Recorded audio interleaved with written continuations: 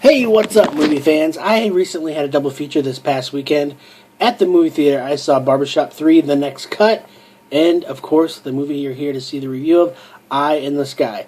To put it mildly, in a really short version, this is a true-to-life, readily believable film about drone strikes. Now, I know what you're saying, it's just this huge action epic. No.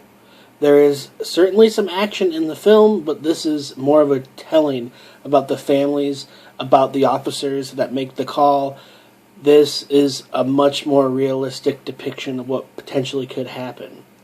Helen Mirren plays a colonel who is dead set on getting the objective done. Alan Rickman is a lieutenant general who's kind of like a liaison between other nations' governments. Kenya and Great Britain. Gavin Hood is a lieutenant colonel who actually is in charge of Aaron Paul's character, who is the trigger man. Along with Lucy, played by Kim Engelbrecht, I believe you pronounce her name.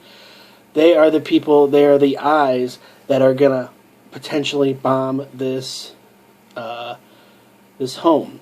Now, in this home, there are absolutely terrorists, but in an adjacent home, there are innocent people. This is in the middle of a really bustling neighborhood.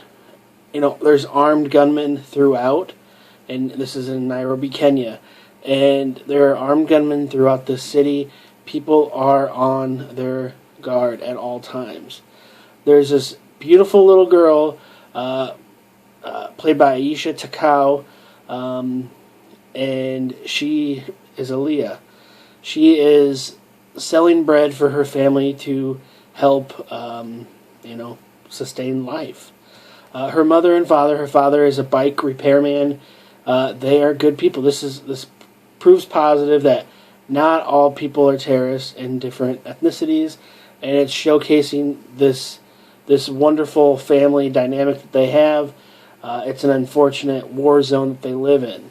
Helen Mirren's character is trying to find the way to bomb this area, while Aaron Paul has this, he's trying to find in his heart to push this button. He could potentially damage, destroy, and murder people, kill people, depending on the phrasing that you want to say. And obviously this is a much more telling tax on his being. Barkhad Abdi, who you may know from Captain Phillips, is a Kenyan undercover agent, and he really, really gives a fantastic performance in this movie. I believe, don't quote me, but I think Captain Phillips was his first movie, and so this is his second or third, maybe. He is fantastic in this film. And he's the undercover agent who is trying to get the little girl who is selling bread in an adjacent corner, basically in a kill zone. He's trying to get away to have her move so that way they can hit the target and she won't be hurt. There's some really, really good moments in this film. Mainly the Kenyan, the natives. They are fantastic in their roles. Really simple-paced film. They add dynamic here and here and here. It's not explosions galore by any means. Helen Mirren, at some points, she's a phenomenal actress. She does a really good job at certain points of this film, but some moments were just a little bit too phoned in. These are all separated scenes for the most part, and it felt just like they could have cut out one of them. Definitely not the Kenyans. It just felt a little bit just too like, here's their scene, we're going to put them all together. It doesn't really work for me. Gavin Hood, the director, he did Rendition, which is another film with the same pacing. He has a little cameo in there. It's an okay movie.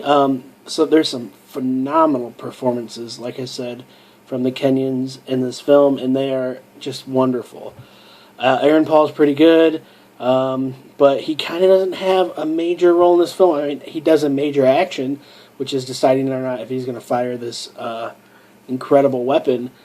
But, you know, I would have probably cut out some of the characters. Alan Rickman is kind of a liaison, and rest in peace, Alan Rickman, but, you know, that potentially could have been gone from this film, and it would have made it a little bit more cohesive.